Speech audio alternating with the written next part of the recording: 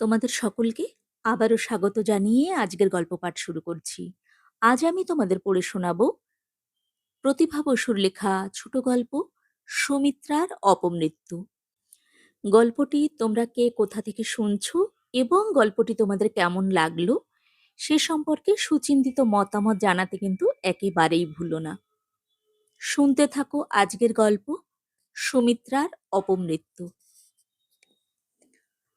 হঠাৎ রাত্রের নিস্তব্ধতা ভেদ করে একটা আর্তনাদ উঠল।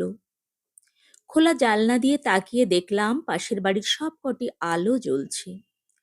লোকজন যেন বড়ই ব্যাকুল। লাফ দিয়ে উঠলাম, ত্রস্তে কাপড় ঠিক করতে করতে বেরিয়ে এলাম ঘর থেকে। শুনলাম শ্রীপতিবাবুর পাগল মেয়েটি গভীর রাত্রে বিছানা থেকে উঠে ছাদে গিয়েছিল। তারপর সেই তেতলা ছাদ থেকে লাফ দিয়ে পড়েছে। হতভাগিনীর এত দিনের চেষ্টা সফল হলো। নিঃশ্বাস ছেড়ে ঘরে এলাম। চোখের কোণ বেয়ে 2 ফোঁটা জল গড়িয়ে পড়ল। এই পাগলিনীকে আমি মনে মনে ভালোবাসতাম। আমার 35 বছরের অবিবাহিত জীবনকে এই পাগলিনী আবিষ্ট করে রেখেছিল। আলো নিভিয়ে দরজায় তালা চাবি বন্ধ করে কোমরে গামছা বেঁধে বেরিয়ে গেলাম। আমি আজ 4 বছর শ্রীপতিবাবুর প্রতিবেশী। প্রথম যেদিন এ বাড়িতে ভাড়া নিতে আসি, দেখেছিলাম জানলার শিক ধরে মেয়েটি দাঁড়িয়ে আছে। তার ছবির মতন ভঙ্গি ও নিটোল নিখুঁত চেহারায় আমি মুগ্ধ হয়েছিলাম বলাই বাহুল্য। আর দ্বিরুক্তি না করে অতি তাড়াতাড়ি মুখোমুখি এ বাড়িটি আমি ভাড়া নিলাম। কিন্তু কয়েকদিন পরেই বুঝতে পারলাম মেয়েটি পাগল। আমার জানলা খোলা থাকলে স্পষ্টই ওর ঘর দেখতে পাওয়া যেত। ওই ঘরটি ছেড়ে সে বড় একটা নড়তো না, আর বেশিরভাগ সময়ই ছোট্ট লোহার খাটটিতে শুয়ে থাকতো। মাঝে মাঝে দেখতে পেতাম বিছানার তলা থেকে রাশি রাশি কাগজ বার করে অত্যন্ত মন দিয়ে পড়ছে। ওর ওই ছিল বাতিক, সেই কাগজগুলো ছিল ওর প্রাণ। বিছানার আশেপাশে ও কাউকে ঘেঁষতে দিত না। একমাত্র ওর মা ছিলেন ওর পরম বিশ্বস্ত বন্ধু। তিনি ওর বিছানা ঝেড়ে দিতেন। অত্যন্ত রুগ্ন ও দুঃখী চেহারার মানুষ ছিলেন তিনি। শুনেছিলাম প্রায় 10 বছর যাবৎ হার্টের অসুখে ভুগছেন। শ্রীপতিবাবুর সঙ্গে আলাপ হতে আমার দেরি হয়নি, কিন্তু পাগল সন্তান আর রুগ্ন স্ত্রী তার মন প্রাণের সমস্ত রস নিঃশেষ করে দিয়েছিল। কাজেই তার হৃদয়ে কোনো আনন্দ বা আশা ছিল না। তার কাছে গেলেই মনটা যেন আপনা থেকেই উদাস হয়ে উঠত, যেন কোনো গোরস্থান বা শ্মশানে এসেছি। মেয়েটির নাম ছিল সুমিত্রা।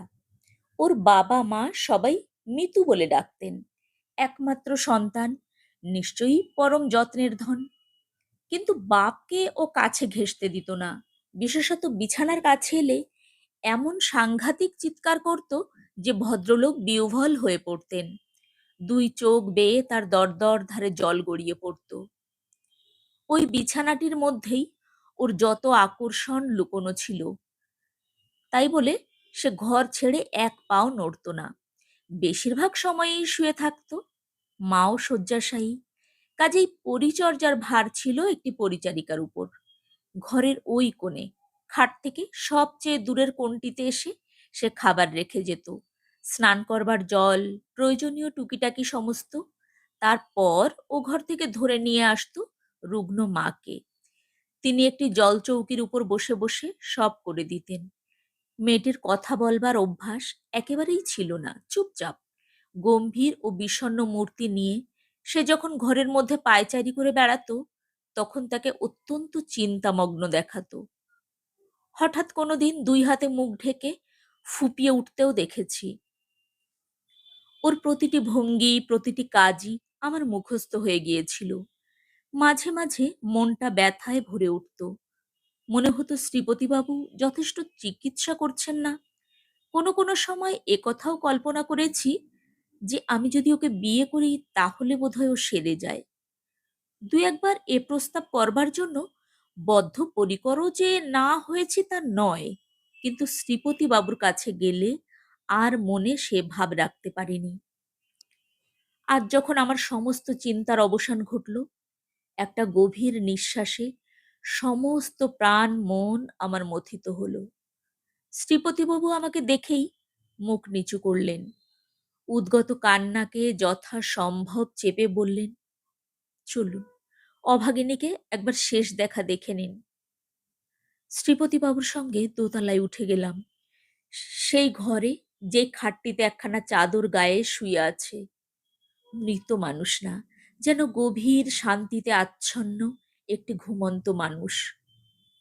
অত উঁচু থেকে পড়ে গিয়েও কোনো বিকৃতি হয়নি, কেবল নাকের দুপাশে দুটি রক্তের রেখা কান পর্যন্ত গিয়ে চুলের মধ্যে মিশেছে।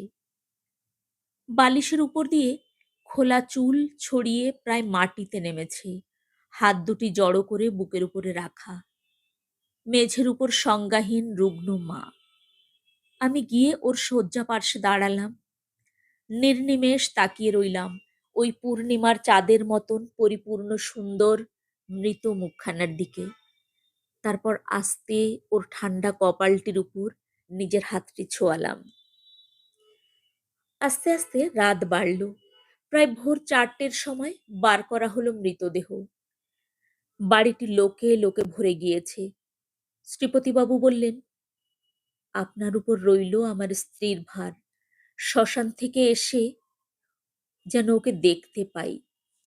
বলেই তিনি এবার বুক ফাটা আর্তনাদে কেঁপে উঠলেন। আমি সস্নেহে ভদ্রলোকের পিঠের উপর হাত বুলিয়ে বললাম, সমস্তই নিয়তি, কিছু ভাববেন না ওর জন্যে, উনি আমার মা। ভদ্রলোক আবেগে একবার আমার হাত চেপে ধরলেন। উঠোন মুখর হয়ে উঠল হরিধ্বনিতে। ভদ্রমহিলাকে আমি পরিচারিকাটির সাহায্যে ধরাধরি করে অন্য ঘরে নিয়ে এলাম। মাথায় জলের ঝাপটা দিলাম। পরিচারিকাটি শিয়রে বসে হাওয়া করতে লাগলো। আমি কিছুক্ষণ বসে ফিরে এলাম ওই ঘরটিতে। খাট থেকে বিছানা শুদ্ধ ওকে তুলে নিয়ে গেছে। ঘরটি শূন্য। হাওয়ায় হাওয়ায় দীর্ঘশ্বাস। ঘরময় রাশি রাশি কাগজ উড়ছে। হঠাৎ মনে হলো, এই তো ছিল ওর পরম সম্পদ। খানিকটা অন্যমনস্ক হয়ে ও খানিকটা কৌতূহলবশত নিচু হয়ে একটা কাগজ কুড়িয়ে নিলাম। কাগজটির উপর হাতে আঁকা একটি পরম সুন্দর মানুষের মুখ। তলায় লেখা, তুমি। আরও 2-1টা কাগজ তুললাম। মুক্তা বিন্দুর মতন পরিচ্ছন্ন সুন্দর হাতের লেখায় কাগজগুলি পরিপূর্ণ। পৃষ্ঠার নম্বর দেয়া আছে। সাগ্রহে সমস্ত কাগজ সংগ্রহ করে আমি তার মধ্যে চোখ ডোবালাম। মুহূর্তে আমার মন নিবিষ্ট হয়ে গেল। তাকে প্রথম দেখলুম সতীদের বিয়েতে, বরের বন্ধু। গেটে ফুলের মালা নিয়ে অভ্যর্থনার জন্যে দাঁড়িয়েছিলুম। সতীদের বাবা আমার মেসোমশাই, ভারী শৌখিন মানুষ। বললেন, সবচেয়ে সুন্দর মেয়েকে, সে করবে বরযাত্রীদের অভ্যর্থনা। সৌন্দর্যের প্রতিযোগিতায় সর্বোচ্চ স্থান ওই পরিবারে আমারই ছিল। তারপরেই মালতীদি, অর্থাৎ মেসোমশাইয়ের ছোট মেয়ে। আমরা দুজনে দেবদারু পাতায় সাজানো গেটের দুপাশে দাঁড়িয়ে রইলাম বেল ফুলের মালা নিয়ে। আচমকা চোখ পড়ল তার মুখের উপরে। ক্ষণিকের জন্য থেমে রইল হাত আর চোখ। দেখলুম তার 6 ফুট লম্বা নিটোল শরীর, বাঙালির তুলনায় অস্বাভাবিক ফর্সা রং, অপরূপ মুখবয়ব। লম্বা হাতটি বাড়িয়ে মৃদু হেসে বলল, আমাকে বুঝি মালা দেবেন না? ওর সেই হাসিতে উজ্জ্বল চোখ আমাকে লজ্জা দিল। ত্রস্তে মালাটি হাতে তুলে দিয়ে মুখ ফেরালুম। সেই রাত্রেই বিয়ের আসরে ওর সঙ্গে আমার আবার চোখাচোখি হলো। ভালো করে আমার বিয়েই দেখা হলো না। রাত্রিতে শুতে গেলাম 2টোর সময়। ঘুম এলো না। ওই মৃদু মধুর হাসি ভরা মুখখানা ভেসে রইল চোখের উপরে। পরদিন সকালবেলায় একদল আত্মীয়ের সঙ্গে সেও এলো বাসি বিয়ে দেখতে, নাকি আমাকে দেখতে। আমাদের নতুন বর সুধীনবাবু তাকে চেঁচিয়ে কাছে ডাকলেন। নাম শুনলাম সত্যেন। বলাই বাহুল্য, আমার মেসোমশাই দুপুর পর্যন্ত সবাইকে আটকে রাখলেন, কাউকেই না খেয়ে যেতে দিলেন না। আমার সঙ্গে ওর আলাপ হলো। সুধীনবাবু বললেন, বুঝতেই পারছো সত্যেন, স্ত্রীর সঙ্গে সঙ্গে এমন একটি শালিকাকে ফাও পাওয়া কি সাংঘাতিক একটা ভাগ্যের ব্যাপার। সেই কথা আছে না, নন্দকুল চন্দ্র বিনা বৃন্দাবন অন্ধকার। আমারও এখন সেই দশা। ওই শ্যালিকা মুখচন্দ্র বিনা শ্বশ্রুকুল অন্ধকার। আমি সুধীনবাবুর দিকে কটাক্ষ করলুম। ও আমার মুখের দিকে এক পলক তাকিয়ে হেসে বলল, ভাগ্যবানের ভাগ্যেই শিখেছে রে।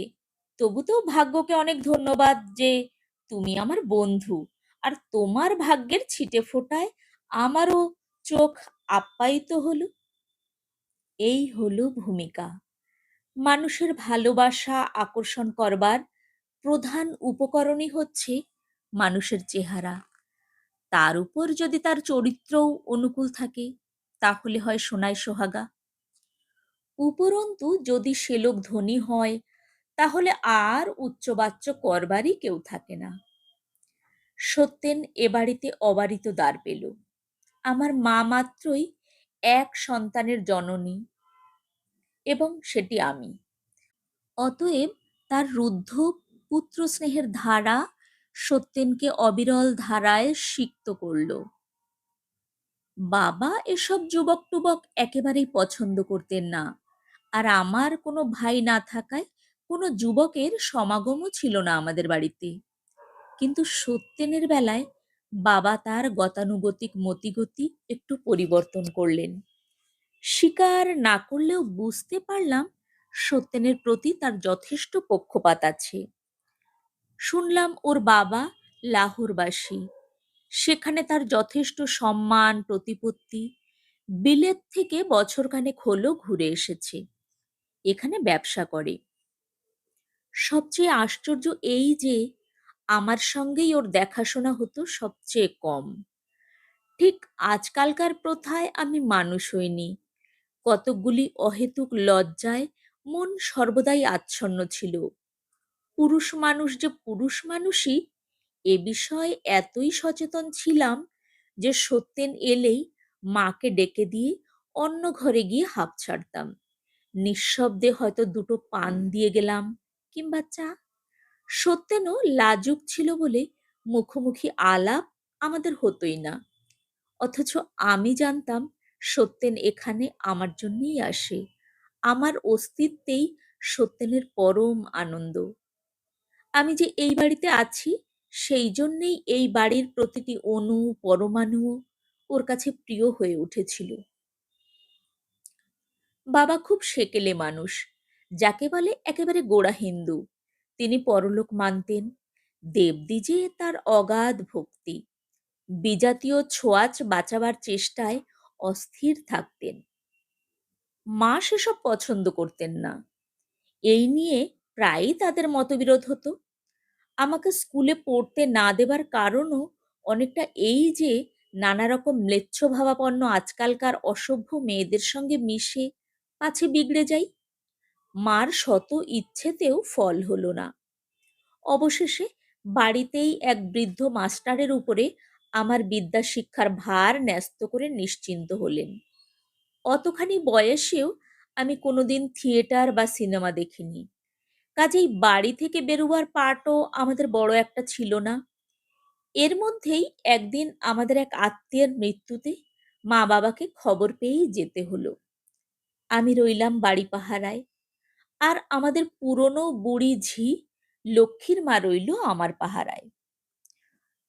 সন্ধেবেলায় এ ঘর ও ঘর ধূপবাতি দেখাচ্ছিলাম।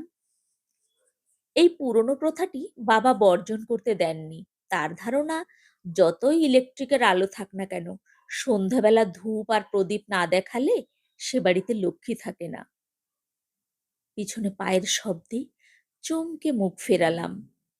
যে কথাটি এতক্ষণ ধরে মনের মধ্যে গুনগুন করছিল, যে ইচ্ছেটি মনের অবচেতনে ঘুরপাক খাচ্ছিল, তাই মূর্তি নিয়ে এসে আমার পিছনে দাঁড়ালো। সত্যেনকে দেখেই মুখ নিচু করলাম।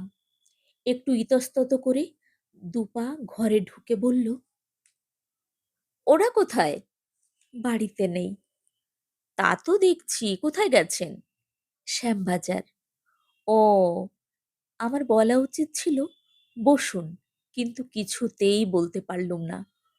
সত্যেন বলল, তাহলে একটু বসি না, এতটা পথ এলুম। বেশ তো। সহজ হবার খুব একটা চেষ্টা করে ঘরে আলো জ্বেলে বসতে দিলাম। একটু চুপ করে থেকে সত্যেন বলল, বসুন না, চা করে নিয়ে আসি।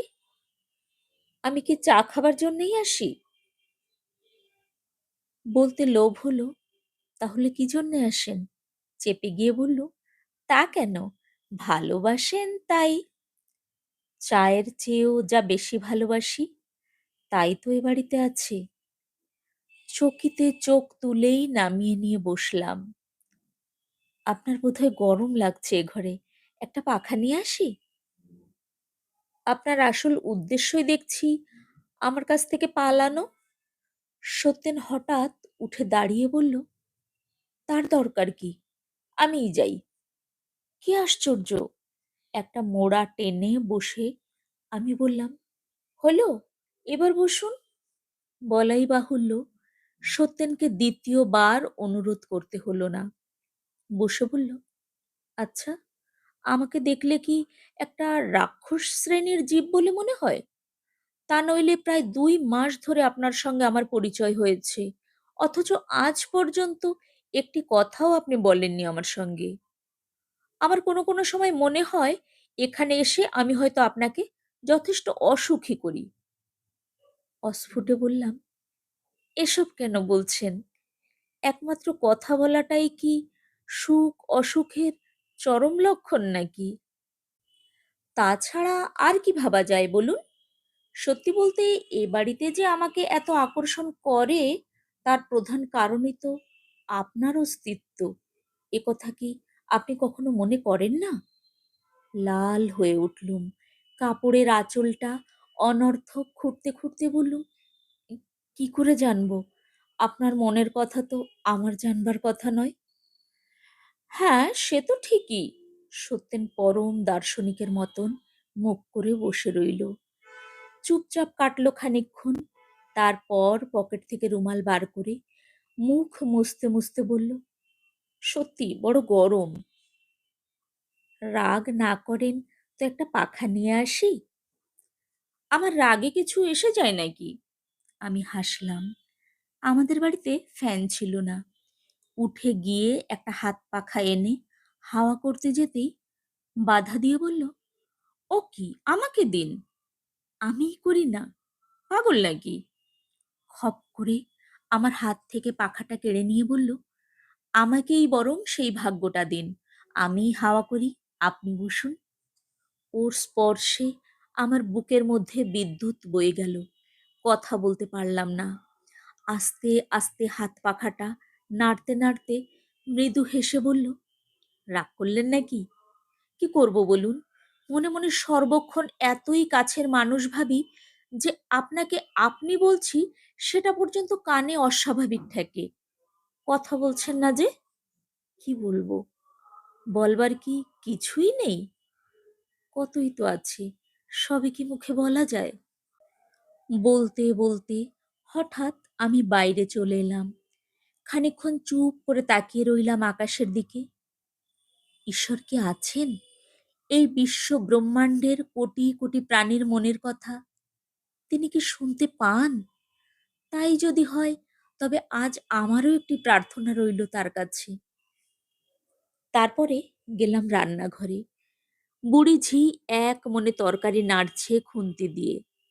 বললুম, একটু চা হবে লক্ষ্মীর মা?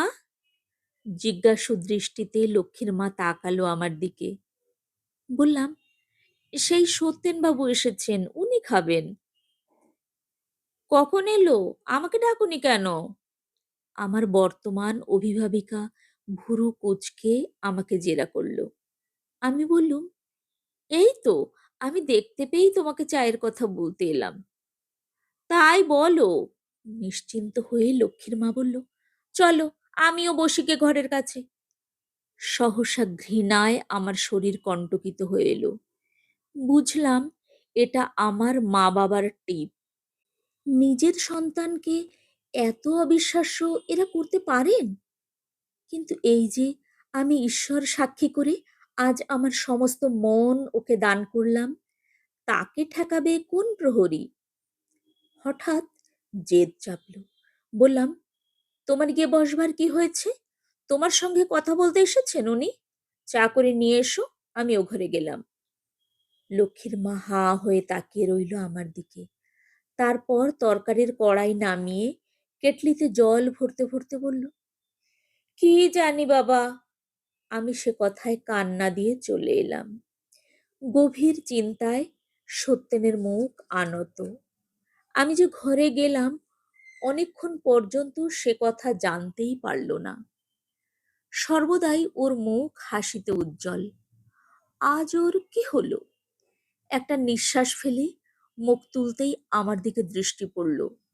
মৃদু হেসে বলল, এখন আমার নিশ্চয়ই ওঠা উচিত।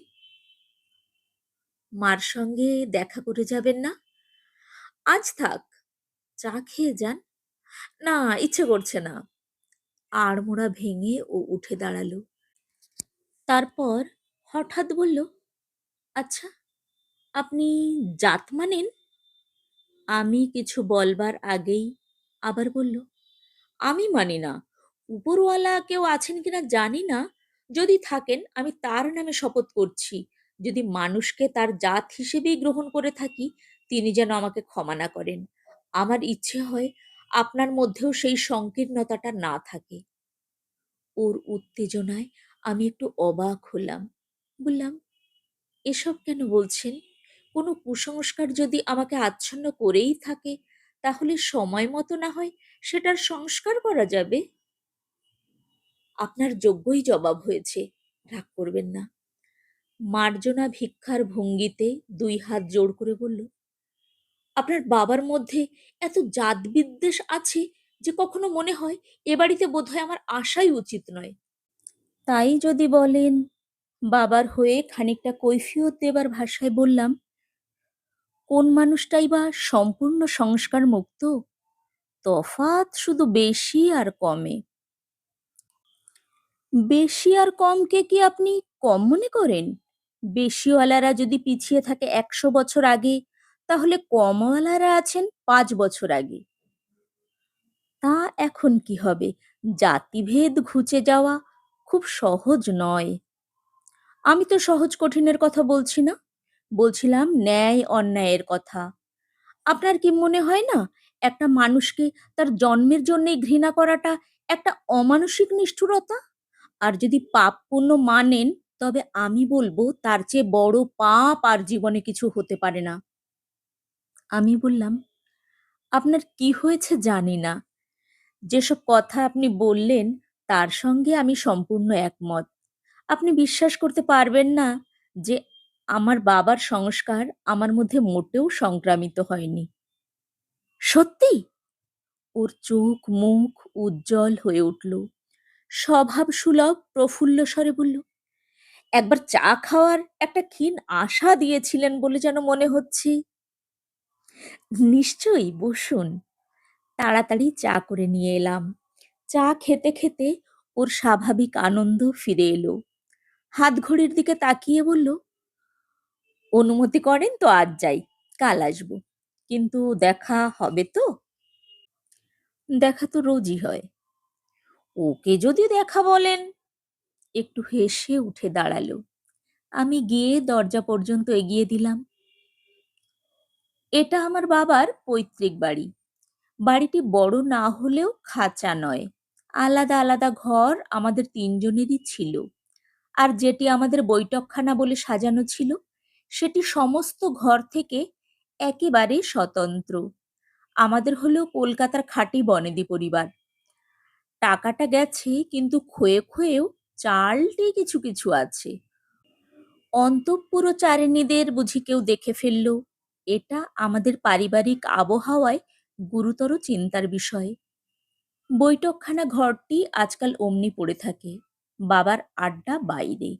10টা 5টা অফিস করেন, ফিরে এসে খেয়েই বেরিয়ে যান তাসের আড্ডায়।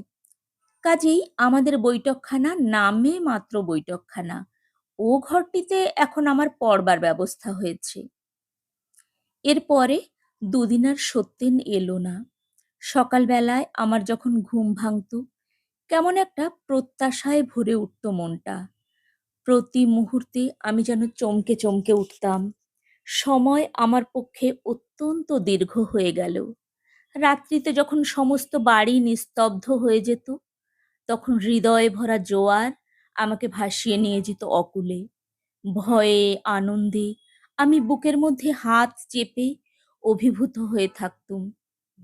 আমি শুনেছিলাম আজকাল অনেক জায়গাতেই ছেলেমেয়েরা পরস্পরকে ভালোবেসে বিয়ে করছে, কিন্তু সে ছিল আমার পক্ষে একটা কল্পনার বিষয়। ওরকম অসভ্য ঘটনা যে সত্যি সত্যি ঘটতে পারে, এ কথা আমার বাবা মা অনেক বিশ্লেষণ করেও বিশ্বাস করে উঠতে পারেননি। অথচ এই বাড়িতেই যদি কোনো দুর্ঘটনার সূত্রপাত হয়, তাহলে দুশ্চিন্তায় আমার সমস্ত রাতের সব ঘুম কোথায় উড়ে যেত। বারে বারে উঠে জল খেতাম আর পাখা দিয়ে হাওয়া করতাম নিজেকে। হঠাৎ তৃতীয় দিন দুপুরবেলায় সত্যেন এলো। বাবা গেছেন আপিসে, মা ঘুমিয়েছেন। আমি বৈঠকখানায় নিজের পড়ার টেবিল গুছোচ্ছিলাম। মৃদু মৃদু কড়া নাড়বার শব্দে কান খাড়া করে বললাম, কে? আমি। কণ্ঠস্বর শুনে বুকের মধ্যে একটা দ্রুত স্পন্দন অনুভব করলাম। নিঃশ্বাস ঘন হয়ে উঠল।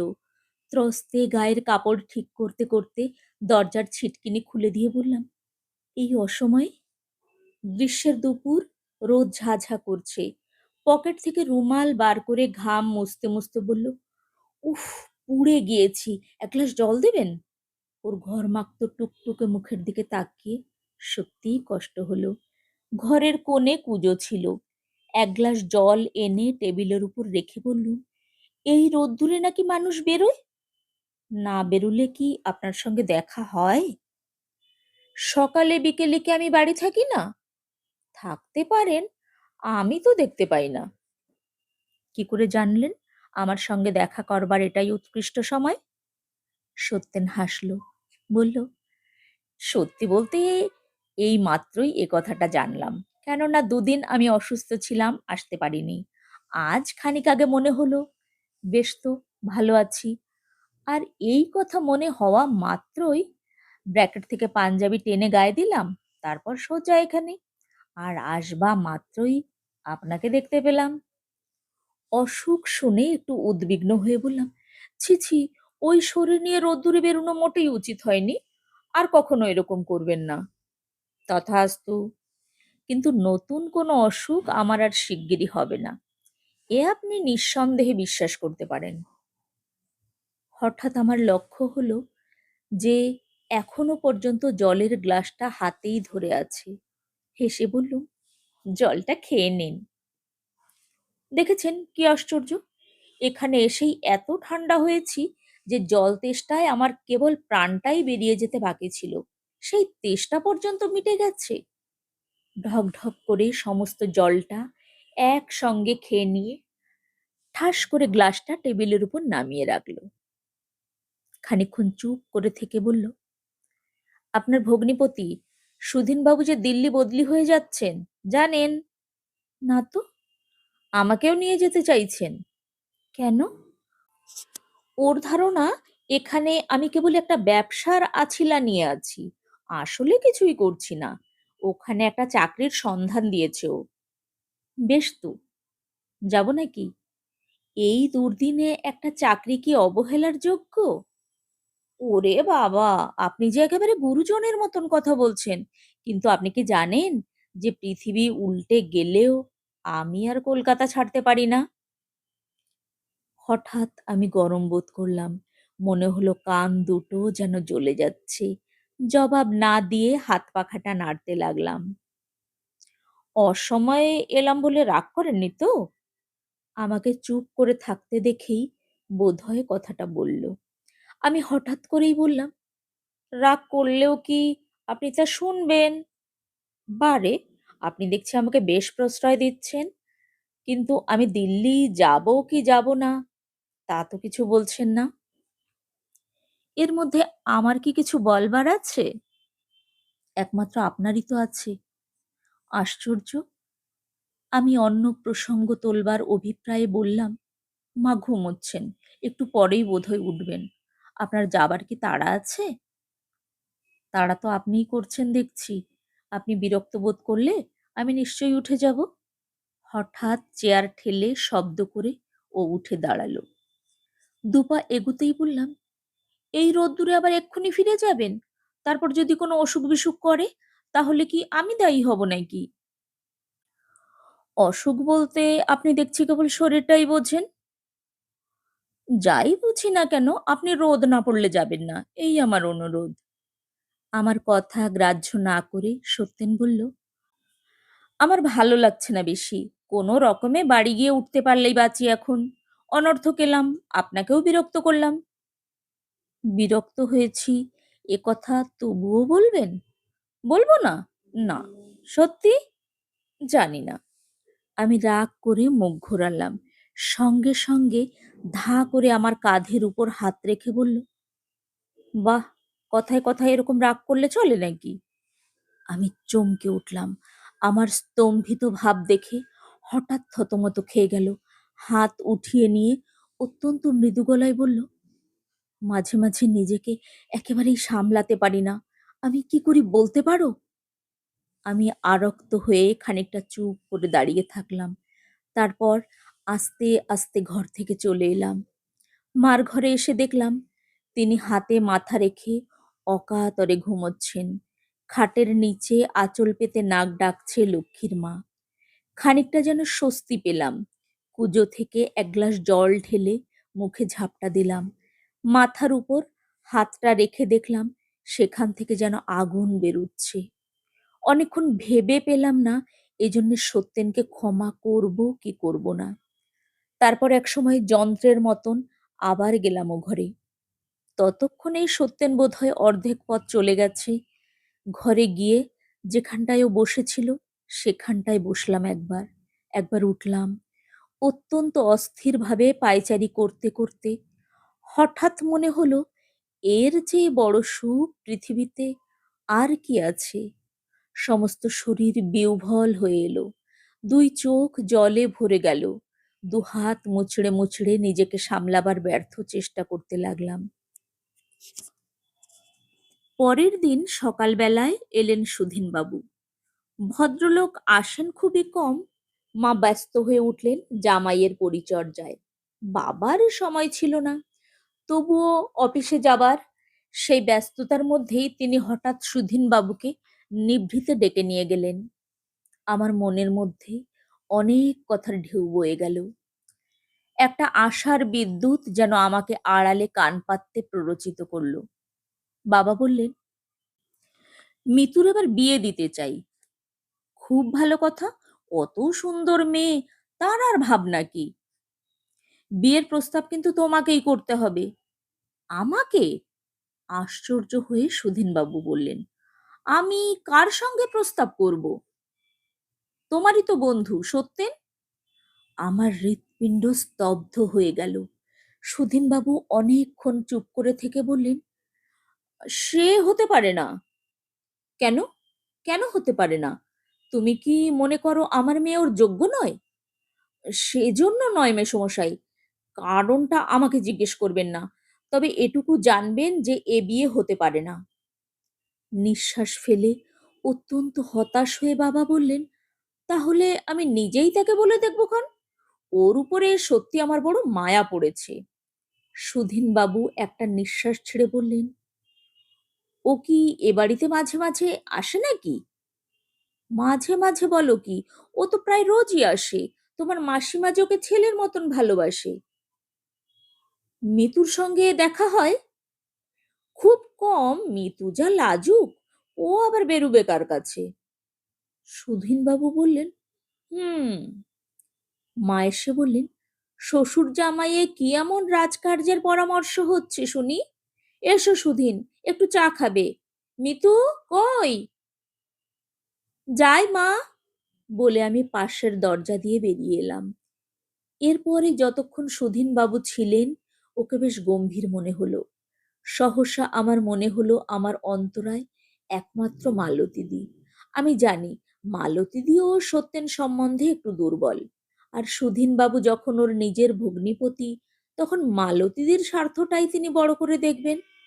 আমার বিয়ের প্রস্তাবে ওর আপত্তির একটা কারণ খুঁজে পেয়ে আর মালতীদির মতো সর্বগুণ সম্পন্ন একজন মেয়েকে প্রতিযোগী পেয়ে আমার মনের মধ্যে ছোটখাটো একটা বিপ্লব উপস্থিত হলো।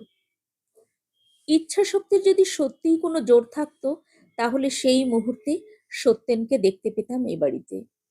কিন্তু সে এলো না। সেদিন না, তার পরের দিন না, তার পরের দিনও না। আমি আর থাকতে পারলাম না। সেদিন ওকে যে করে বিদায় দিয়েছিলাম, তারপরে কি আত্মসম্মান সম্পন্ন কোনো মানুষ আর আসতে পারে?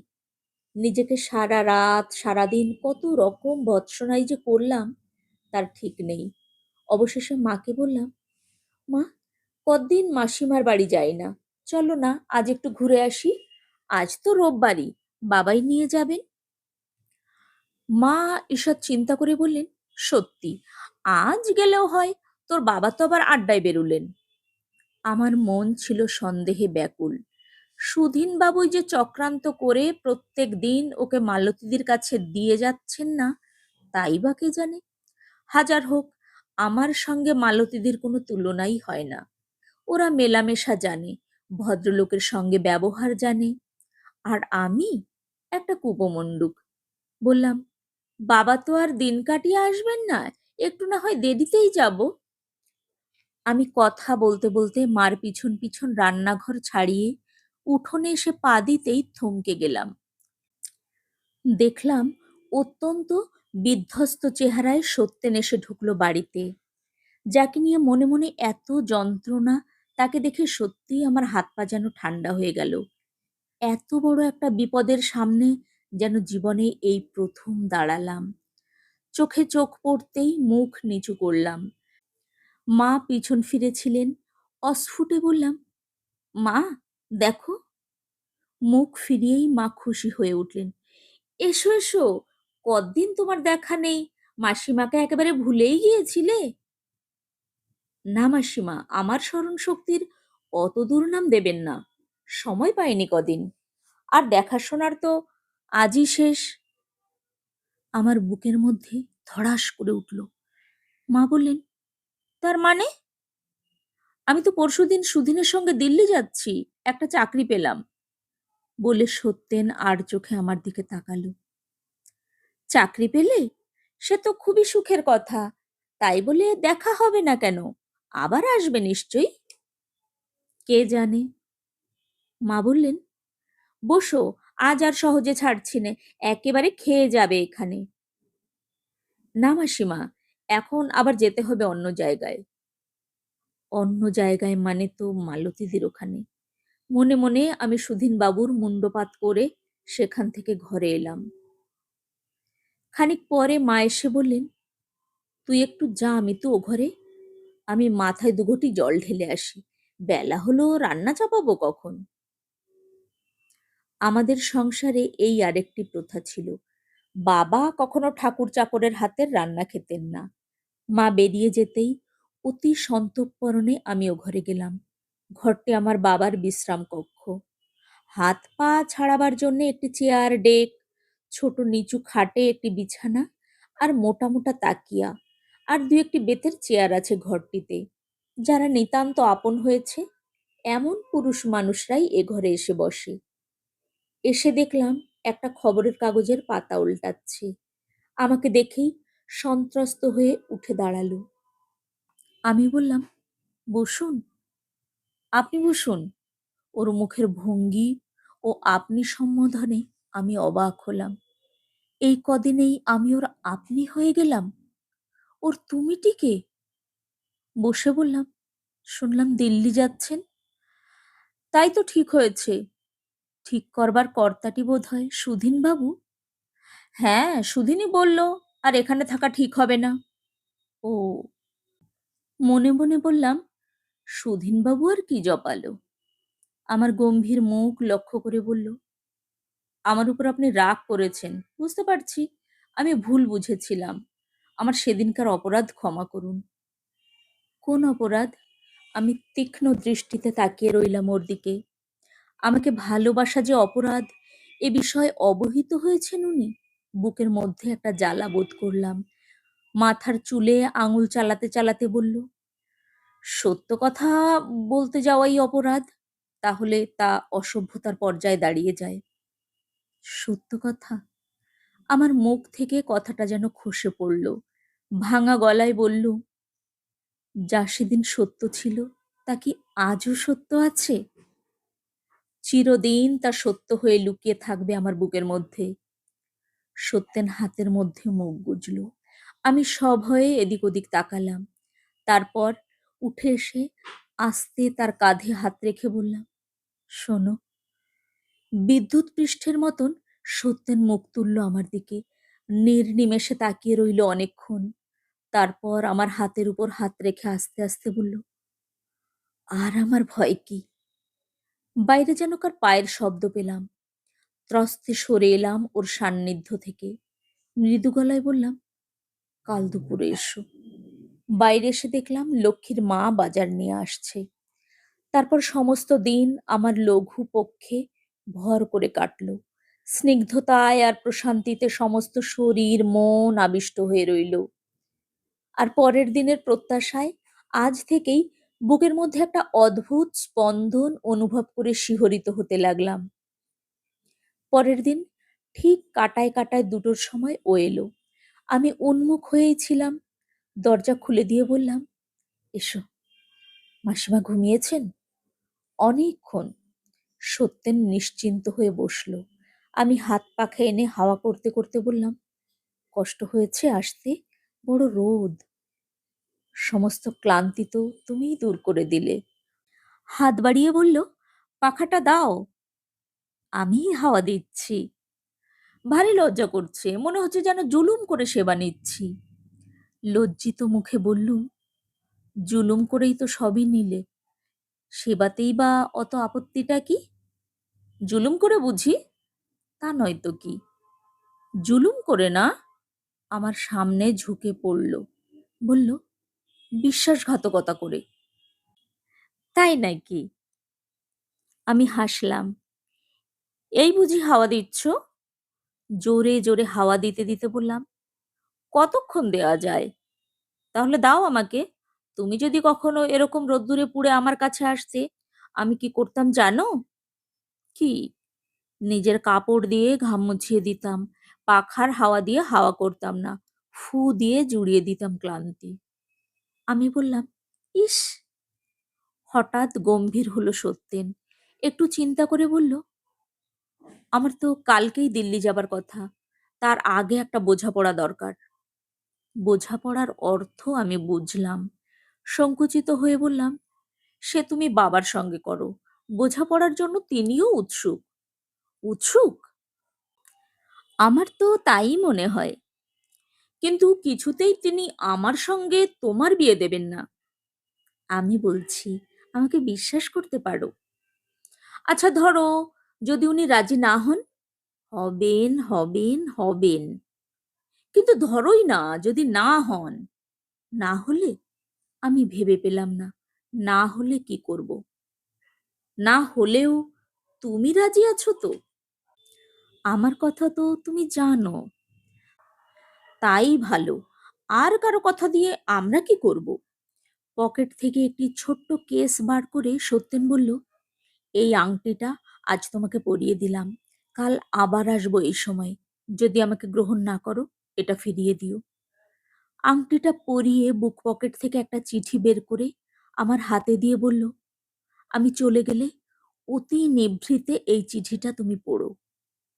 তারপর হঠাৎ উঠে দাঁড়িয়ে বলল, আমি যাই, মন বড় ব্যাকুল। শক্ত করে আমার দুহাত একবার জড়িয়ে ধরল। তারপর দ্রুত পায়ে বেরিয়ে গেল ঘর থেকে। ওর ভাবে ভঙ্গিতে আমি ঈষৎ অবাক হলাম। আংটি পরা আঙুলটির দিকে তাকিয়ে থাকতে থাকতে হঠাৎ নিচু হয়ে নিজের আঙুলকেই চুম্বন করলাম। তারপর নীল পুরু খামটির মুখ ছিঁড়ে চিঠিখানা বের করে পড়লাম। সুমিত্রা, আমি আজ একটা গভীর সত্যের মুখোমুখি দাঁড়িয়ে আছি। হয় চির অমৃত, নয় চির নরক। তোমাকে বলেছিলাম মানুষ মানুষই, জাতটা তার পরিচয় নয়। আশা করি তা তুমি মর্মে গ্রহণ করে আমাকে এই সংকট থেকে উদ্ধার করবে। তোমাদের হিন্দু সমাজে জাতের ছোঁয়াছুঁয়িটা যে কি ভীষণ পাপ, সে বিষয়ে তোমাদের একটু অবহিত হওয়া দরকার। আমার বাবা মুসলমান। আমার নিজের কোনো ধর্ম নেই। আমার পৈতৃক নাম ইউসুফ। সবাই ডাকে সুফি। সুফি? মুসলমান? ছি ছি ছি, আমি মুসলমানের প্রণয়ে আবদ্ধ! আমার হাত থেকে থরথর করে কেঁপে চিঠিটা খসে পড়ল। আমার মনের মধ্যে আমার সমস্ত পূর্বপুরুষ বিদ্রোহ করে উঠল। দুই হাত জোড় করে বুকের উপর রাখলাম।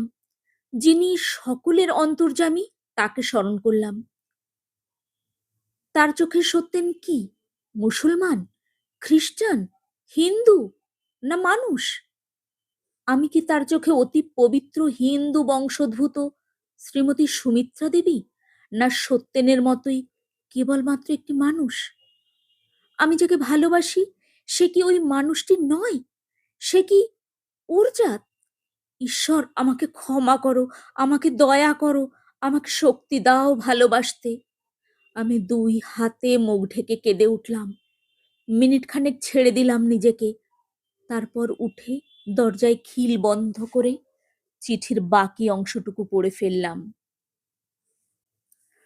হয়তো যে মুহূর্তে আমি সত্যেনের বদলে সুফি হব, সেই মুহূর্তে তোমার সমস্ত ভালোবাসা কর্পূরের মতন হৃদয় থেকে উবে যাবে। যদি তাই হয়, তাহলে বুঝবো যে মানুষের হৃদয়টাও একটা সংস্কারের সমষ্টি। সেখানেও সে চুলচেরা বিচার করে তবে কাজ করে। তুমি হয়তো ভাবছো, এভাবে হিন্দু সেজে বিশ্বাসঘাতকতা করবার দরকার কি ছিল? প্রথমটায় এ একটা নিছক ফাজলেমি থেকেই শুরু। সুধিনই আমাকে অনুপ্রাণিত করে। সুধিন আমাকে অকৃত্রিম ভালোবাসে। ওর বিয়ের খবরে আমার চেয়ে কার বেশি আনন্দ হয়েছিল? অথচ জাত আমাদের এতই আলাদা যে সেই বিবাহে হিন্দু না সাজলে আমার কোনো অংশই থাকতো না। আমি রাজি হইনি। সুধীন বলল, নিশ্চয়ই তুই সত্যেন হবি। কেন, সত্যেন হতে তোর বাধা কি? বিয়েতে যাবি, একসঙ্গে খাবি, 8 দিন ধরে আনন্দ করবি। মানুষের মিথ্যে সংস্কারের জন্য কি আমরা দায়ী নাকি? ওরকম অবোধ যারা, মূর্খ যারা, মানুষকে জাত দিয়েই যারা বিচার করে, তাদের সঙ্গে ছলনা করলে কোনো পাপ হয় না। আর তুই তো কোনো ধর্মই মানিস না। তোর সত্যেনই বা কি, সুফিই বা কি? একটু ভয় ভয় করলো, মজাও লাগলো খুব। কিন্তু চুকে যেত ওইখানেই, যদি না তোমার সঙ্গে দেখা হতো। জানো তো, কোনো কোনো ভালোবাসা এক পলকেই আত্মপ্রকাশ করে। সেদিন বাড়ি গিয়ে মনে মনে ভাবলাম, আমি তো আর চেহারা বদলাইনি, চরিত্রও বদলাইনি। বদলেছি জাত, যেটা মানুষের মনুষ্যত্বের তিল মাত্র প্রকাশ নয়। মানুষ ছোট বড় তার চরিত্রে, বিদ্যায়, বুদ্ধিতে আর নম্রতায়। আমি যতটুকু বিদ্বান তার চেয়ে বেশি ভান করিনি, যতটুকু বুদ্ধি তার বেশি দেখাইনি। আর আমার চরিত্র তো সুদিন জানে। তুমিই ভেবে দেখো, অন্যায় আমি কি করেছি। যে মুহূর্তে তোমাকে দেখলাম, আবার দেখবার ইচ্ছায় আমি পাগল হয়ে গেলাম। তারপর যতবার দেখলাম ততবার আবার দেখবার দুর্নিবার ইচ্ছায় এই মিথ্যা জাতকে আমি আঁকড়ে রইলাম। কিন্তু আর নয়। এবার যদি আমি মুসলমান বলে তোমার ভালোবাসায় তিল মাত্র চিড় না ধরে, তাহলে ওই আংটি তুমি খুলো না। এই আমার মিনতি। আর আমাকে ক্ষমা করো। তোমার ইউসুফ। চিঠিটি ভাঁজ করে নিঃশ্বাস ছাড়লাম। কোলের উপর পড়ে রইল খোলা চিঠি। জানলা দিয়ে বাইরে তাকিয়ে দেখলাম, গাছের পাতায় পাতায় রোদ ঝিকমিক করছে। মন উধাও হয়ে গেল। পরের দিন সকালের ডাকে বাবার নামে একখানা চিঠি এলো। চিঠিখানা পড়তে যতটুকু সময়, তারপরেই হঠাৎ যেন বাবার গলায় বোমা ফাটলো। চিঠিটা ছুঁড়ে ফেলে দিয়ে তিনি গালিগালাজ করতে লাগলেন। শূন্যে লাফিয়ে উঠলেন। ছুটে গেলেন মা। কি হয়েছে, কি হয়েছে? মার গলায় অস্থিরতা ফুটে উঠল। ওকে আমি জেল খাটাবো, সুধীনকেও রেহাই দেব না জামাই বলে। আরো নানান গালিগালাজ। বাবা গলা ফাটিয়ে চিৎকার করতে লাগলেন। মা কিছুই বুঝতে না পেরে খালি এদিকে ওদিকে তাকাতে লাগলেন। হঠাৎ তার নজর পড়ল চিঠিটার দিকে। তাড়াতাড়ি সেটি কুড়িয়ে নিয়ে এক নিঃশ্বাসে পড়ে নিয়ে অনুচ্চস্বরে বললেন, চুপ করো তো তুমি, তোমার কি মাথা খারাপ হলো? ঘরে এসো। হায় হায় করতে করতে বাবা ঘরে গেলেন। ফিসফিসিয়ে মা বললেন, বুড়ো বয়সে আর কেলেঙ্কারি করো না। চেঁচামেচি করে এখন রাজ্য শুদ্ধ লোককে জানাও যে রাত দিন একটা মুসলমান এ বাড়িতে আসতো, খেত, একসঙ্গে বসতো, একসঙ্গে ছোঁয়া ছানি একাকার। চেপে দাও, জাত আবার কি? চেপে গেলেই তো হলো।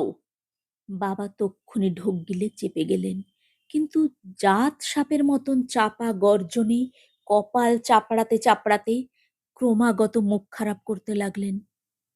আমি এতক্ষণ হতবাক হয়ে দাঁড়িয়েছিলাম। এবার যেন কিছু বোধগম্য হলো। মার হাত থেকে চিঠিখানা টেনে নিয়ে পড়লাম। চিঠিখানা সুধীনবাবুর লেখা। শ্রী চরণেষু, আমি নিজে কোনো জাত মানি না। আমার বন্ধু সত্যেন যে আমার কতখানি তা আপনারা অনুমান করতেও পারবেন না। আমার বিবাহের আনন্দের কোনো অংশেই যদি সে গ্রহণ না করত, আমার পক্ষে সে আনন্দ অসম্পূর্ণ হতো। কিন্তু সে উৎসব সভায় যোগদান করবার তার কোনো অধিকার থাকতো না, যদি না তার নাম আমি সত্যেন রাখতাম। আমি জানতাম না সেই নামটিই ভাঙিয়ে সে এখনো আপনার ওখানে যাতায়াত করে। এটা তার পক্ষে বোধহয় উচিত হয়নি। আপনি ভুল বুঝবেন না, আমি তার চরিত্রের কথা বলছি না। বিদ্যায়, বুদ্ধিতে, চরিত্রে সে সত্যিই অসাধারণ, কিন্তু তার নাম সত্যেন নয়, ইউসুফ। তার বাবা মুসলমান। চিঠিটা পড়ে আমি আর জাত খোয়াবার ওই মর্ম বিদারক দৃশ্য দেখবার জন্য দাঁড়ালাম না। বাবারও আপিসের বেলা হয়ে গিয়েছিল। বেশিক্ষণ বিলাপ করবার আর সময় হলো না। আপিসে যাবার সময় কেবল বললেন, ও মুসলমানের বাচ্চাকে আমি ফাঁসি কাঠে ঝোলাবো। যে মানুষটাকে মা কালো সন্তানের অধিক স্নেহ করেছেন, তিনিও নির্বিকার মুখে বলে উঠলেন, তাই তো উচিত। মানুষ কেবল ভালোবাসাকেই ভালোবাসে না, চোর, জোচ্চোর, লম্পট, বদমাস এমন লোককেও একজন মানুষ হয়তো কত গভীরভাবে ভালোবাসে দেখেছি। কিন্তু সে যদি বিজাতীয় হয়, তাহলেই কেন সব নিঃশেষে চুকে যায়? বুকের মধ্যে সত্যিই কেমন করে উঠল। এ অন্যায়, এ নিষ্ঠুরতা, এই অহেতুক জাতি বিদ্বেষ কি আমাকেও স্পর্শ করবে? আমার ভালোবাসাকেও কলঙ্কিত করবে? স্নান করে যখন খেতে বসলাম, মা বললেন, লোকটাকে তখনই আমার ভালো মনে হয়নি, তখনই মনে হয়েছিল আসলে একটা বদ লোক। আমি মৃদু গলায় বললাম, মানুষটা আর বদ কি মা, জাতে মুসলমান, এই যা অপরাধ। ও মা, তুই বলিস কি মিতু? জাত ভাড়িয়ে সকলের জাত ও মারলো, ও কি একটা কম নরক? ওটার মুখ দেখাও যে পাপ হয়। নিঃশ্বাস ছেড়ে চুপ করে খেয়ে উঠলাম। মাও খেয়ে উঠে আচাতে আচাতে বললেন, কাউকে এসব বলিসনি বুঝলি, লোকে জানলেই ভয়, নইলে আর কি। তোর বাবা আবার যা গোয়ার মানুষ, এ নিয়ে আবার হাট না করেন, তাই ভাবি। মা ঘুমোতে গেলেন। আমি গেলাম বৈঠকখানায়। গিয়ে প্রথমেই খিল বন্ধ করলাম। তারপর প্রতি মুহূর্তে আশায় আর প্রতীক্ষায় ব্যাকুল হয়ে উঠলাম। অনেকক্ষণ পরে আমার মনে হলো বোধহয় ১ যুগ পরে দরজায় কড়া নড়ে উঠল। কাল আংটিটা আমি খুলে রেখেছিলাম। বুকের মধ্যে থেকে বার করে তাড়াতাড়ি আঙুলে পরে নিয়ে খুব আস্তে দরজা খুলে দিয়ে অত্যন্ত নিচু গলায় বললাম, এসো। ঘরে ঢুকে প্রথমেই তাকালো আমার হাতের দিকে। সঙ্গে সঙ্গে আশায় আনন্দে ওর মুখ উজ্জ্বল হয়ে উঠল। ভারী গলায় বলল, আমাকে ক্ষমা করেছো? ভালোবাসাকে কি অপরাধ হার মানাতে পারে? জাত, জাতটা তো অপরাধ নয়। তুমি আমাকে গ্রহণ করতে দ্বিধা করনি? গ্রহণ তো তোমাকে আগেই করেছিলাম। আমি প্রস্তুত। আমাকে তুমি যেখানে নিয়ে যাবে সেখানেই যাব। আমার মুখের দিকে তাকিয়ে সত্যেনের চোখ ছলছল করে উঠল। রুদ্ধ কণ্ঠে বলল, আমাকে তুমি এত ভালোবাসো? আমি কি এ দানের যোগ্য? কোনো কথা আমি মন দিয়ে শুনতে পারছিলাম না। আতঙ্কিত চোখে চারিদিকে তাকিয়ে অস্থির গলায় বললাম, আমাকে কি করতে হবে বলো? এ বাড়িতে আর এক দণ্ডও তোমার থাকা উচিত হচ্ছে না। সবাইকে বলেছ? সুধীনবাবুই জানিয়েছেন। বিষণ্ণ চোখে সত্যেন আমার দিকে তাকিয়ে থেকে বলল, আমার কৃতকর্মের জন্যে ওদের কাছে ক্ষমা প্রার্থনা করা উচিত, অন্তত মাসিমার কাছে। তাকে আমি সত্যিই ভালোবাসি। ওসব ভুলে যাও। ওরা কি আমাকে ক্ষমা করবেন না? অসম্ভব। সত্যেন নিঃশ্বাস ছেড়ে চুপ করে রইল। আমি বললাম, তুমি আর এ বাড়িতে এসো না। তুমি? আমি জবাব দিলাম না। আমাকে বোঝবার চেষ্টায় বলল, মা বাবাকে ছেড়ে গিয়ে যে দুঃখ তুমি পাবে তা ভরে দিতে পারবো কিনা জানি না, কিন্তু বিশ্বাস করো, আমি কখনোই তোমাকে কোনো দুঃখ দেব না। মেয়েরা বিয়ে হয়ে বাপ মার সান্নিধ্য সুখ থেকে কোনো না কোনো দিন বিচ্ছিন্ন হয়ই, তুমিও হবে। একটু চুপ করে থেকে বলল, আমি অনেক ভেবেছি, তুমি মন শক্ত করো। আমি আজ রাত 11টার পরে গাড়ি নিয়ে আসব। তাই হবে, তুমি এবার যাও। আমি আর এক মুহূর্ত ওকে থাকতে দিলাম না। প্রায় ঠেলে দিয়ে দরজা বন্ধ করে দিলাম। বিকালবেলায় বাবা অফিস থেকে এসে বললেন, ওকে আমি ছাড়বো না, কিছুতেই ছাড়বো না, বুঝলে? আমার কি, গঙ্গায় ডুব দিলেই সব শুদ্ধ, কিন্তু ওকে আমি দেখে নেব। চাপা গলায় মা বললেন, কি যে লাগিয়েছো সেই থেকে, তোমার আর বুদ্ধি হবে না। আগে মেয়েটার একটা হিল্লে করো। একটা মুসলমান ছোড়া বাড়িতে আসতো যেত, এ জানলে কেউ কেউ ওকে ঘরে নেবে? তখনই বলেছিলাম যে নখরির বৌঠানের ভাইয়ের সঙ্গে বিয়েটা দাও। বাবা খেকিয়ে উঠলেন, তুমি বলেছিলে না আমি বলেছিলাম? তুমিই তো নাচতে নাচতে বললে যে ও আবার একটা সম্বন্ধ। আমি নিঃশব্দে বাবার পায়ের জুতোর ফিতে খুলে দিয়ে চা আনতে চলে গেলাম। অনেক রাত পর্যন্ত মা বাবা সেদিন অনেক কথা কাটাকাটি করলেন। নিজের ঘরে শুয়ে শুয়ে সব শুনলুম। মনের মধ্যে এমন একটা ব্যাকুলতা বোধ করছিলাম যে বিছানা ছেড়ে উঠে ঘরময় পায়চারি করে বেড়াতে লাগলাম। একবার মনে হলো এর চেয়ে মৃত্যু ভালো, কিন্তু মন সায় দিল না। কেন মরব? আমার মৃত্যুই যদি মা বাবাকে সহ্য করতে হয়, তাহলে এটাই বা তার চেয়ে খারাপ কি? কি অপরাধ সত্যেনের? কেন বঞ্চিত করব ওকে? বিয়ে আমাকে করতেই হবে। যদি তাই হয়, তাহলে ওকে বিয়ে না করাই হবে আমার চরম অন্যায়। নৈতিক অপরাধে অপরাধী হব আমি। আকাশ পাতাল মাথা মুন্ডু ভাবতে ভাবতে আমার মাথা যেন পাগলের মতো হয়ে গেল। আস্তে আস্তে দরজা খুলে বাইরে এসে দাঁড়ালাম। রাত বেড়েছে, থমথম করছে সমস্ত পৃথিবী। তারা ভরা অমাবস্যার কালো রাত। তাকিয়ে রইলাম আকাশের দিকে। মার ঘরের দরজার কাছে এসে মার নিঃশ্বাস পতনের শব্দটা কান পেতে গ্রহণ করলাম। বন্ধ দরজার উপরে মাথা রেখে যেন মাকে অনুভব করবার চেষ্টা করলাম নিজের মধ্যে। কত ছোট ছোট কথায় মন ভরে উঠল, চোখ জলে ভরে গেল। সহসা আমার সমস্ত সত্তা দীর্ণ করে মোটরের হর্নটি বেজে উঠল। সঙ্গে সঙ্গেই আমার পায়ের সঙ্গে যেন কে একটি ভারী পাথর বেঁধে দিল। একটা বৈদ্যুতিক শক খাওয়ার মতন থমকে গেল আমার শরীরের সমস্ত তন্ত্রী। মাত্রই 1 সেকেন্ড। তারপর আমার আবাল্য পরিচিত ঘর, চির অভ্যস্ত জীবন, মা বাবার অপর্যাপ্ত ভালোবাসার বন্ধন, সমস্ত কিছুকে পিছনে ফেলে দ্রুত পায়ে বেরিয়ে এলাম রাস্তায়। চলন্ত গাড়ির মধ্যে আমি যেন একটি মৃত মানুষ। অন্ধকারের মধ্যে একসময় সত্যেন আমাকে স্পর্শ করে বলল, ভয় করছে? ভাঙা গলায় বললাম, না। একটু সময় কাটলো। আবার বলল, মন কেমন করছে? করাটা কি অন্যায়? এরকম জবাবে একটু দুঃখিত হলো বোধহয়। তারপর সমস্ত রাস্তাই আমাদের নিঃশব্দে কাটল। নিতান্ত নিভৃত জায়গায় একটি বাড়ির কাছে এসে গাড়ি থামতেই বাড়ির আলো জ্বলে উঠল। একজন স্ত্রীলোক এসে দরজা খুলে দিল। সিঁড়ি বেয়ে দোতলায় উঠে এলাম। স্ত্রীলোকটি আগে আগে এসে আলো জ্বালিয়ে দিল। যে ঘরটি আমার জন্য নির্দিষ্ট ছিল, সে ঘরে এসেই সে চলে গেল। সত্যেন বলল, এবার তুমি বিশ্রাম করো। ঘরটি বেশ প্রশস্ত। মাঝখানে একটি সরু লোহার খাটে ধবধবে বিছানা। শিয়রের কাছে ছোট্ট টিপয়ের উপর এক গ্লাস জল প্লেট দিয়ে ঢাকা। কোণে দেখলুম একটা আলনায় দুখানা ধোলাই করা নতুন শাড়ি।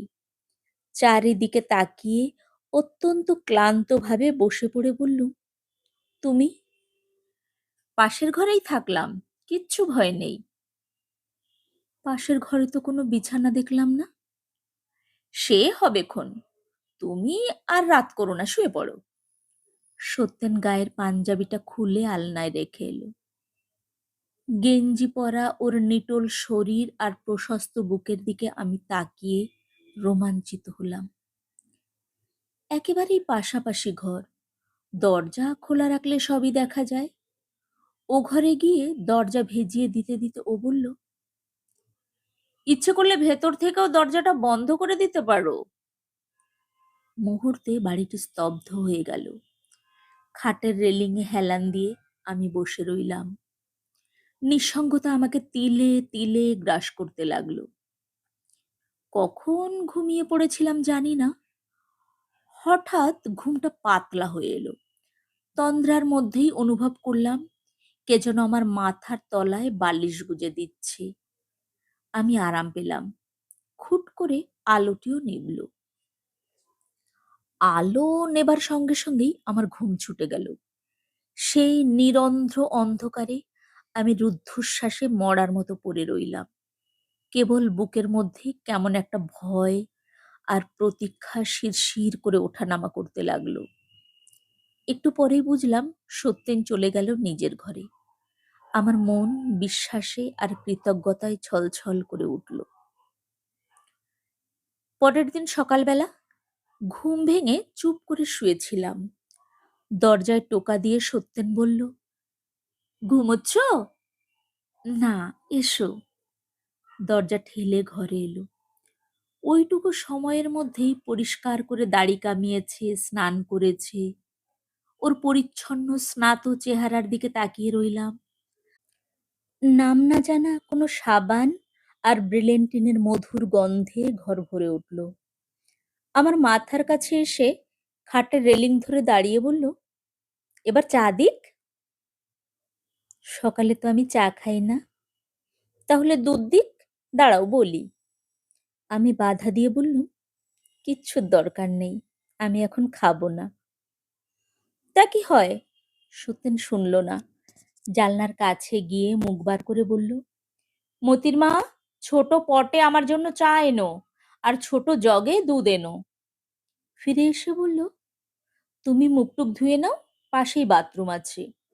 অত্যন্ত অনিচ্ছা সত্ত্বেও আমি উঠলাম। সত্যেন বলল, এত অল্প সময়ে আমাকে এত সব করতে হয়েছে যে তোমার জন্য কিছুই ব্যবস্থা করে রাখতে পারিনি। শাড়ি এনেছি, কিন্তু তোয়ালে ভুলে গিয়েছি। আমারটাই আজ ব্যবহার করো, কি আর করবে। বলতে বলতে ও ঘর থেকে একখানা তোয়ালে নিয়ে এলো। আলনা থেকে একখানা শাড়ি তুলে আমার হাতে দিয়ে অত্যন্ত বেওফল গলায় বলল, আমি জানতাম না কাউকে দিলে এত আনন্দ হয়। এত আনন্দ আমি সইব কেমন করে? আমি মুখের দিকে তাকিয়ে চোখ নামিয়ে নিলাম, কথা বললাম না। ফিরে এসে খাবারের আয়োজন দেখে আমি অবাক হয়ে গেলাম। দুধ, ফল, সন্দেশ, লুচি, হালুয়া, প্লেটে প্লেটে ট্রেটি একেবারে ভর্তি। আমি বললাম, এ কি, খাবে না? মানুষ এত খেতে পারে? তাছাড়া সত্যি বলছি, আমার একেবারেই খিদে নেই। মিতু, তুমি মন খারাপ করে আছো। আমাকে ও নাম নিয়ে সম্বোধন করলো এই প্রথম। ওর মুখের সম্বোধনে আমি শিহরিত হলাম। বললাম, না, মন খারাপ করব কেন? খুব ভালো লাগছে। তাহলে খেতে চাইছো না কেন? মন খারাপ হলেই বুঝি মানুষ খায় না? তাছাড়া আর কি? সত্যেন হাত গুটিয়ে বসল। আমি বললাম, তাই বলে তুমিও খাবে না নাকি? আমারও খিদে নেই। আমি এবার হাসলাম। পট থেকে চা ঢেলে দিয়ে বললাম, নাও খাও, কি ছেলে মানুষই করো। খেতে খেতে বললাম, কাল শুলে কেমন করে? একটা ডেক চেয়ার ছিল। সারা রাত ডেক চেয়ারে? ছি ছি, কিচ্ছু কষ্ট হয়নি আমার। তা বই কি, আজ অবশ্যই বিছানার ব্যবস্থা করো। যতক্ষণ না রেজিস্ট্রি হচ্ছে কিছুতেই আর মন দিতে পারছি না আমি। আচ্ছা, তোমার বয়স কত? 19 বছর 6 মাস। তাহলে আর ভয় কি? আমি ওদের আজকেই যাতে হয় তার ব্যবস্থা করতে বলেছিলাম। কোর্টে গেলে তাড়াতাড়ি হয়ে যেত, কিন্তু আমার ইচ্ছে করে না তোমাকে নিয়ে কোর্টে যেতে।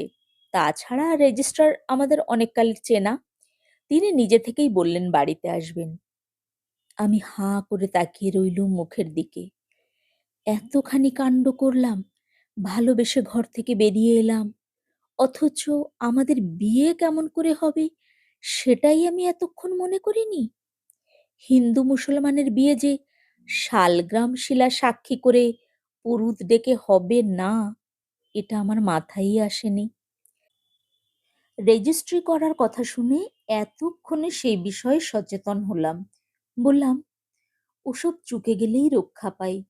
আমার বড় ভয় করছে বাবার কথা ভেবে। অত্যন্ত নিরুদ্বেগে সত্যেন বলল, উনি যদি বা তোমাকে খুঁজে বার করেন, মুসলমান বলে তক্ষুনি বর্জন করবেন। শোনো, আমাকে একটা লিস্ট করে দাও তো, কি কি তোমার লাগবে। আমি একটু বেরোই। ওসব হয়ে গেলে বেরিও, এখন থাক। কিন্তু চলবে কেমন করে? তাছাড়া ঝিটি বা কি মনে করছে কে জানে। ওকে, আমার এক বন্ধুর বাড়ির পুরনো লোক। ওরা ওর কাছে তোমাকে আমার কি বলেছে তা তো বুঝতেই পারছো। এরকম জিনিসপত্রহীন বউ দেখলে ওরা যে সন্দেহ করবে। হোক, তোমার না বেরোনোই ভালো। আড়মোড়া ভেঙে উঠে দাঁড়িয়ে বলল, ওদের তো 8টার সময় আসবার কথা। আচ্ছা, তুমি লিখে দাও তো, না হয় বন্ধুদের দিয়েই আনিয়ে নেব। বন্ধু বন্ধু বলছো যে, আর কেউ কি জানে নাকি? বাহ, জানে না? সত্যেন হাসল। ওরাই তো আমার সব ঠিক করে দিলে, উইটনেসও তো ওরাই হবে। উইটনেস? উইটনেস কিসের? বাহ, আমাদের যে বিয়ে হবে তার সাক্ষী। জানতাম না এইসব সাক্ষীর ব্যাপার, তাই চুপ করে গেলাম। একটু পরেই স্ত্রীলোকটি চায়ের বাসন নিতে এলো। ওকে দেখে একটু সংকুচিত হয়ে বলল, বাজারে যাব এখন? আমার হয়ে ওই বলল, হ্যাঁ যাবে বই কি, বলে দাও কি কি আনবে। বিপদে পড়লাম। মনে করবার চেষ্টা করলাম মা বাবাকে কি কি আনতে বলেন। আমারও অবস্থা দেখে ও নিজেই বলল, তোমার ইচ্ছে মতো যা খুশি এনে রান্না করো গিয়ে, ওর শরীরটা ভালো নাকি না। ঝি কেমন একটা সন্দিগ্ধ দৃষ্টিতে আমার দিকে তাকিয়ে চলে গেল। এরকম করতে হলেই হয়েছে বলে দরজা ভেজিয়ে দিয়ে এসে খাটের উপর টান হতে হতে বলল, রাগ না করো তো, তোমার বিছানায় একটু শুই। শুতে না শুতে ওর বন্ধুরা রেজিস্ট্রারকে নিয়ে এসে হাজির হলো। বিয়ের নমুনা দেখে আমি অবাক হলাম। এই নাকি বিয়ে! সময় বোধহয় 40 মিনিটও লাগলো না। হাঁড়ি হাঁড়ি মিষ্টি নিয়ে এলো ওরা। খুব হই হল্লা করে খাওয়া হলো। রেজিস্ট্রার আগেই চলে গেলেন, আর ওই ভদ্রলোক 3জন একেবারে আমাদের সঙ্গে খেয়ে গেলেন। খাওয়া দাওয়া চুকিয়ে বন্ধুদের বিদেয় দিয়ে আমরা আবার যখন নিভৃত হলাম, তখন বোধহয় বেলা 2টো। ঘরের ছিটকিনিটা তুলে দিয়ে বলল, এইবার আমরা আইনত স্বামী স্ত্রী হলাম। আমি মুখ নিচু করেছিলাম। হঠাৎ ও আমার একান্ত কাছে এসে দাঁড়ালো। তারপর নিচু হয়ে আমার মুখে বিবাহের প্রথম প্রণয় চিহ্ন এঁকে দিল। দুপুরটা কাটল একটা অস্বাভাবিক বিহ্বলতার মধ্যে। সুখের ভারে সমস্ত শরীর আমার অবশ হয়ে রইল। রাত্রে নামমাত্র খেয়ে যখন আবার আমাদের শোবার সময় হলো, তখন আমার দিকে চেয়েও জিজ্ঞাসা করল, কোথায় শোবো? কোথায় তোমার ইচ্ছে? ইচ্ছা অনিচ্ছার কথা ওঠে নাকি?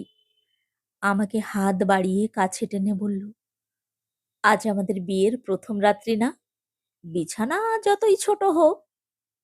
অসভ্য! এর নাম বুঝি অসভ্যতা? উঠে গিয়ে খুট করে আলো নিভিয়ে দিয়ে এলো। জেগে ঘুমিয়ে কেমন করে আমার সে রাত কেটেছিল তা কেমন করে বোঝাবো? সেরকম রাত্রি কি আর কোনো মেয়ের জীবনে এসেছে? খুব সকালে আমার ঘুম ভাঙল। ওর বলিষ্ঠ আলিঙ্গন থেকে নিজেকে মুক্ত করে উঠে বসলাম। তাকিয়ে রইলাম নির্নিমেষে ওর ঘুমন্ত আর সুখী মুখখানার দিকে। দেখতে দেখতে সমস্ত হৃদয় যেন ভরে গেল। মনে মনে বললুম, ঈশ্বর, আর কিছুই চাই না, এই মুখ যেন জীবন ভোর দেখতে পাই। সন্তর্পণে নিজের মুখটা কিছুক্ষণের জন্য রাখলাম ওর কপালের উপর। তারপর একটা নিঃশ্বাস নিয়ে জানলায় এসে দাঁড়ালাম। মনে হলো কেউ কথা বলছে একতলায়। এত সকালে কে এলো? কান পাতলাম, ঝিয়ের গলা পেলাম। হ্যাঁ বাবু, আমারও কেমন সন্দেহ হয়। ঠিকই ধরেছেন ইন্সপেক্টর বাবু। সঙ্গে সঙ্গে ভারী জুতোর আওয়াজে সিঁড়ি ভরে গেল। জানলা ছেড়ে আমি ওকে ধাক্কা দিয়ে বললাম, ওঠো ওঠো, আমার ভয় করছে। হাসি মুখে ও চোখ খুলল। আমার শঙ্কিত মুখের দিকে তাকিয়ে বলল, কি হলো? সঙ্গে সঙ্গে দরজায় লাঠির আঘাত শুনে চমকে উঠে বলল, কে? আমি জড়িয়ে ধরে বললাম, খুলো না, ওরা পুলিশ। পুলিশ আমার কি করবে? আইনত তুমি আমার স্ত্রী। বাড়ি চড়াও করার জন্যে আমি ওদের জেল খাটাবো। আমার কথা শুনল না, দরজা খুলে দিল। হুড়মুড় করে প্রথমেই যিনি ঘরে ঢুকলেন তিনি আমার বাবা। পিছনে ইউনিফর্ম পরা ইন্সপেক্টর, তার পিছনে দুজন পুলিশ। আমাকে দেখতে পেয়েই বাবা বাঘের মতন ঝাঁপিয়ে পড়লেন। গালিগালাজ করে আমার চুলের মুঠি ধরে আমাকে তিনি মাটি থেকে শূন্যে তুললেন। লাফিয়ে এলো সত্যেন। কখনো হাত দেবেন না আমার স্ত্রীর গায়ে। আরো অকথ্য গালিগালাজ। ঠাস করে সত্যেনের গালের উপর এক চড় কষিয়ে দিয়ে বাবা বললেন, তোমার বদমাইশি বার করছি এবার। হাত কড়া লাগান রজনীবাবু। আমি রুখে দাঁড়ালাম। কখনো না, আইন অনুসারে আমরা বিবাহিত, আমি সাবালিকা। আমার উপর তোমার কোনো হাত নেই। স্বেচ্ছায় আমি বিয়ে করেছি একে। বেরিয়ে যান বাড়ি থেকে। সত্যেনের গলা চিরে শব্দ বেরুলো। ইন্সপেক্টর রসিকতা ছাড়লেন, তাই নাকি চাঁদ? আচ্ছা, তেওয়ারি, হাত কড়া লাগাও। আমি বাবার পা জড়িয়ে ধরলাম। রক্ষা করো বাবা, রক্ষা করো। বাবা গায়ের জোরে আমার আঁচলের কাপড় আমার মুখে গুজে দিলেন। তারপর টানতে টানতে ঝিটার চোখের সামনে দিয়ে তুললেন ট্যাক্সিতে। পিছনে সত্যেন ভাঙা গলায় চিৎকার করে উঠল, এ অন্যায়ের প্রতিশোধ আমি নেব নেব নেব। বাড়িতে নেই আমাকে শক্ত করে হাতে পায়ে বেঁধে ঘরের দরজা বন্ধ করলেন। হাতে চাবুক লিক লিক করে নাচতে লাগলো। আমাকে অকথ্য গালিগালাজ করতে লাগলেন। হুস হুস শব্দে সমানে চাবুকের পর চাবুক পড়তে লাগলো আমার সমস্ত শরীরে। নিঃশব্দে শরীরকে সইতে দিলাম। আমার নীরবতা বাবার ক্রোধকে আরো উদ্দীপ্ত করলো। গালিগালাজ করতে করতে বললেন, কথা বলবি না? তবু বলবি না অন্যায় করেছিস? তবু বলবি না? বল, বল। প্রত্যেকটি কথার সঙ্গে সঙ্গে আমি বাবার হাতের ওঠা পড়া দেখতে দেখতে বললাম, মারো, আরো মারো, মেরে ফেলো, তবু বলবো না অন্যায় করেছি, খুন করে ফেলো, তবু বলবো না আমি অন্যায় করেছি। মা দরজা ধাক্কাতে ধাক্কাতে বলতে লাগলেন, ওগো তুমি করছো কি? ওকে কি মেরে ফেলবে নাকি? খোলো খোলো, শিগগিরই খোলো। বাবা এবার ক্লান্ত হয়েছেন, চাবুক রেখে ঘাম মুছতে মুছতে দরজা খুলে দিলেন। মা ঘরে ঢুকে আমার দিকে তাকিয়ে কেঁদে উঠলেন, এই করেছো তুমি? আমার রক্তাক্ত স্ফীত মাংসখণ্ডগুলো তিনি আঁচল দিয়ে মুছে দিতে দিতে পশু একটা। জ্বলন্ত দৃষ্টিতে বাবা তাকালেন মার দিকে, তারপর বজ্র কণ্ঠে বললেন, বেরিয়ে যাও ঘর থেকে। বলে নিজেই তাকে বের করে দিলেন। তারপর নিজেও বেরিয়ে গিয়ে বললেন, চিরজীবন চিরজীবন তুই বন্দী হয়ে থাক এই ঘরে। বাইরের দরজায় শিকল তোলার শব্দ হলো। শুনতে পেলুম কান্না ভরা গলায় মা বলছেন, এই যদি করবে ওকে, যদি ওকে মেরেই ফেলবে, তবে আনলে কেন তুমি? কেন ওকে থাকতে দিলে না ওর জীবন নিয়ে? কি কি বললে তুমি? ওকে থাকতে দেব ওর জীবন নিয়ে? তারপর? তারপর যদি হয় ওর সন্তান, আমি হব সেই মুসলমানের বাচ্চার মাতামহ? হায় ঈশ্বর! অত দুঃখেও বাবার কথা শুনে আমার হাসি পেল। আজ 3 দিন আমি বন্দী হয়ে আছি এই ঘরে, এখনো বাবার রাগ পড়েনি। মা কি করবেন, তিনিও তো মেয়ে। তাই তিনি আমারই মতন অসহায়, জানলা দিয়ে করুণ চোখে তাকিয়ে থাকেন আমার দিকে। দিনে একবার আমাকে খোলা হয়, কয়েদির মতন সঙ্গে করে মা আমাকে স্নানে নিয়ে যান, তাও বাবা অফিসে যাবার আগে। চেয়ে চিনতে একটি খাতা আর একটি কলম জোগাড় করেছি, তাই দিয়ে লিখে রাখলাম আমার হতভাগ্য জীবনের কাহিনী। কাল ওর শেষ চিহ্ন আংটিটিও বাবা ছিনিয়ে নিয়ে গেছেন আমার হাত থেকে। আমার কি মৃত্যু নেই? এই পর্যন্ত লেখা হয়েই তারপর নানা রকম অসংলগ্ন কথায় কাগজগুলো ভর্তি। বুঝলাম মাথা খারাপের ওই হলো সূত্রপাত। দীর্ঘশ্বাস ফেলে সমস্ত কাগজগুলো জড়িয়ে পকেটে রাখলাম। বাইরের দিকে তাকিয়ে দেখলাম অন্ধকার কেটে কখন আলো ফুটেছে। মনে মনে ভাবলাম, সেই ইউসুফ এখন কোথায়? কে সে? পৃথিবীর এই জনারণ্যে কোনোদিন কি আমি তাকে খুঁজে বার করে এই লেখাটি তার হাতে দিতে পারবো? এতক্ষণ তোমরা শুনছিলে প্রতিভা বসুর লেখা ছোট গল্প সুমিত্রার অপমৃত্যু। গল্পটি শুনে তোমাদেরও যদি মনটা ভারাক্রান্ত হয়, কমেন্ট বক্সে লিখে জানিও।